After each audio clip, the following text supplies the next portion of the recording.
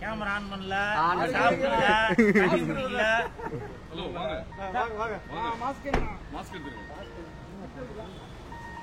Sir அவர்களுக்கு வணக்கம். அண்ணா அண்ணா அண்ணா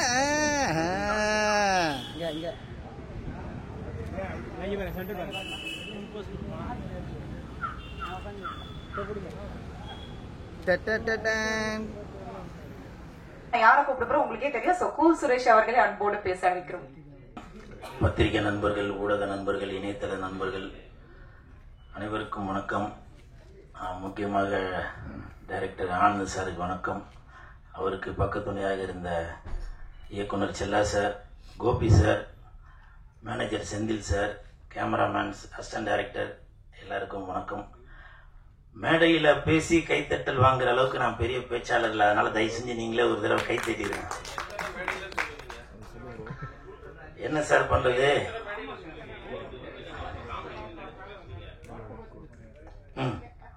சொல்லுங்க சார். இல்ல இதுதான் சார் என்னோட ட்ரெண்டு இல்லைங்களா? இதுதான் என்னோட ட்ரெண்டு. இப்போ தங்கச்சி நான் வரதுக்கு முன்னாடி சொன்னாங்கல்ல, வெந்து தெரிந்தது காடு சொல்ல போறீங்களா அப்படின்னு. ஸோ இதுதான் என்னோட ட்ரேட்மார்க்கு.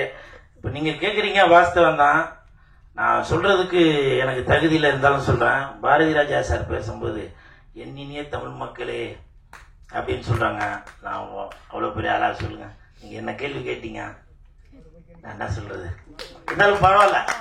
தட்டு. Thank you thank you.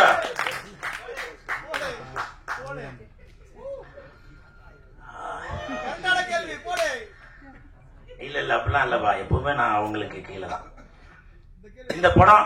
இந்த படம் நான் நடிச்சதுல ரொம்ப சந்தோஷப்படுறேன். நல்ல சம்பளம் கொடுத்தாங்க, அதற்கு கோபுரம் பிலிம்ஸுக்கு என் மனமார்ந்த நன்றி. இதுக்கு முன்னாடி வெள்ளக்காரத்தோட அந்த படத்துல நான் நடிச்சிருந்தேன். அந்த படம் நடிக்கிறப்போ ப்ரொடியூசர் ஒரு நாள் கூட நான் ஸ்பாட்டுக்கு வந்து பார்த்தது இல்லை. அதே மாதிரி இந்த படத்துக்கும் நான் வந்து பார்த்ததே இல்லை. ஸோ அப்படி ஒரு கண்ணியமான ப்ரொடியூசர் நம்பி கொடுத்துருப்பார் போல, நல்ல தரமாக இருக்கும் படம் அப்படின்னு. ஸோ அதே மாதிரி தான் ட்ரெய்லர் பார்க்கும்போது தெரியுது. நன்றி அன்புச்செழியன் சார். அதே மாதிரி இப்போ ஒரு 2 நாளைக்கு முன்னாடி ஒருத்தவங்க கேட்டாங்க, நீங்கள் வந்து சந்தானத்தை எங்கே போனாலும் புகழ்ந்து பேசிகிட்டே இருக்கீங்க, அவர் வந்து உங்களுக்கு படத்தில் ஃபுல்லாலாம் எதுவும் கொடுக்கவே காணுமே அப்படின்னு சொல்லி. சந்தானம் படத்தில் ஃபுல்லாக வேணா கொடுக்காம இருக்கலாங்க. என் வாழ்க்கையில் ஃபுல்லாக தாங்க அவர் தாங்க கொடுத்துட்ருக்காரு. அது எனக்கு பழகின ஆளுங்களுக்கு மட்டும்தான் தெரியும். ஸோ அந்த மாதிரி சினிமாவையும் தாண்டி எனக்கும் சந்தானத்துக்கும் ஒரு கனெக்ஷன் இருக்கு. உதாரணத்துக்கு ஏன் இந்த படம் நடித்ததே சந்தானத்தினால தான். சந்தானத்தோட மேனேஜர் இப்போ ப்ரொடியூசர் ரமேஷ் அவர்கள், அவர் தான் இந்த படத்துக்கு ரெக்கமெண்டேஷன் பண்ணி டைரக்டர்கிட்ட சொல்லி, இல்லை கூலுக்கு வந்து படம் ஃபுல்லாக வர மாதிரி எதனா ஒரு கேரக்டர் தரணும் அப்படின்னு சொல்லி, அப்புறம் சம்பளமும் முன்ன பின் இருந்ததால மேனேஜர் செந்தில் சார்கிட்ட பேசி அப்படி இப்படி ஒரு வழியாக கரெக்ட் பண்ணி எனக்கு இந்த படத்தை நடிக்க வச்சார். இப்போ சொல்லுங்க, சந்தானத்தினால தானே இந்த படம் கிடைச்சது. அதனால வரலாறு தெரியாம ஏதோ ஒன்று பேசி விட்டு போயிடுறாங்க.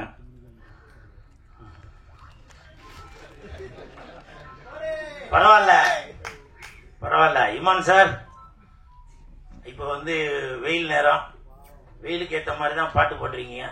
குலுக்கு குலுக்கு குலுக்கு குலுக்கு குலுக்கு குலுக்கு நல்லா குலுக்கு, எனக்கு எனக்கு எனக்கு எனக்கு லக்கு நல்லா கொட்டி கிடக்கு, குலுக்கு குலுக்கு குலுக்கு குலுக்கு நல்லா குலுக்கு. நடுவுலையும் போட்டிருந்தாரு வாங்கி குலுக்கு அப்படின்னு. இமான் சார், உங்களுக்கு என் மனமார்ந்த நன்றி.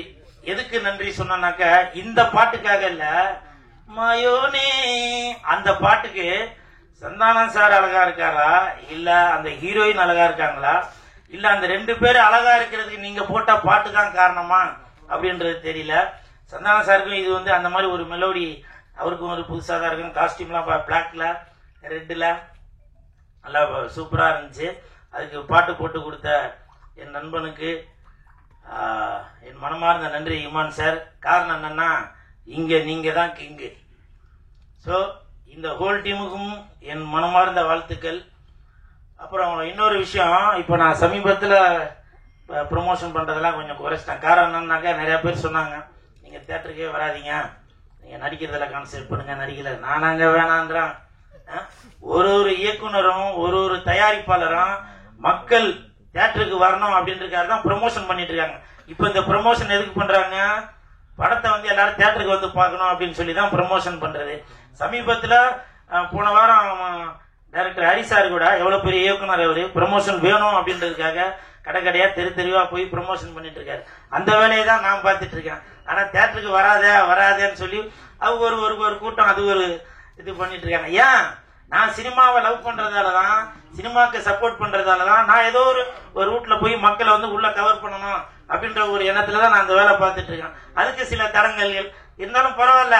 இப்பவும் சொல்றேன், நீங்க என்னதான் சொன்னாலும் சரி, நான் வளர்ந்துகிட்டே தான் இருப்பேன்.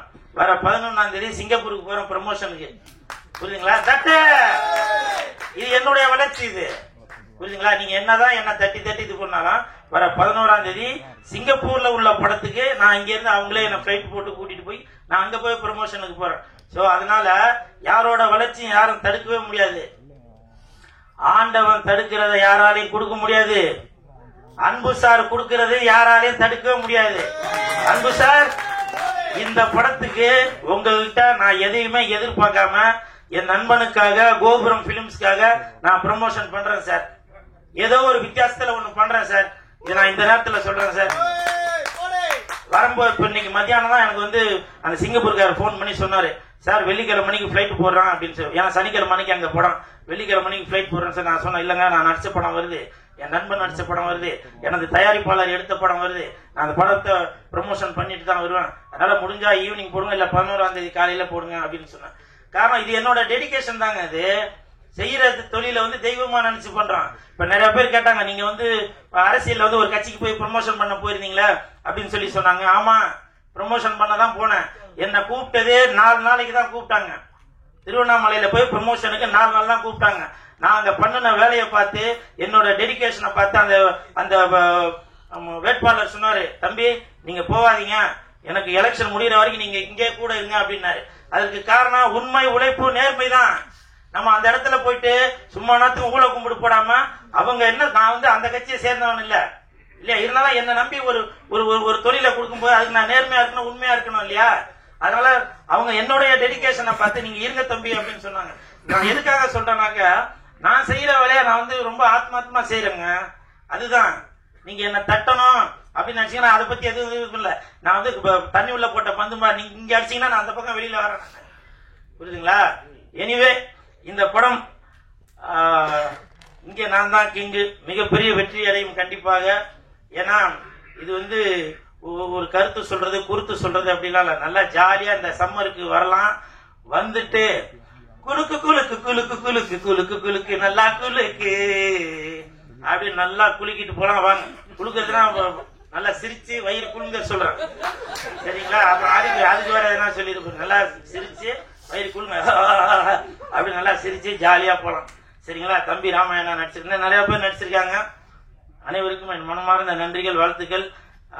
PRO நிக்கில் முருகன் சாருக்கும் என் மனமார்ந்த நன்றிகளையும் வாழ்த்துக்களையும் தெரிவித்துக் கொள்கிறேன். இல்லப்பா, போதும்பா, போதும், நன்றி. ஒரு கலைஞனை நீங்க தாங்க இப்படி தட்டி கொடுத்தாதாங்க அப்படி வளருது இல்லையா? தேங்க்யூ.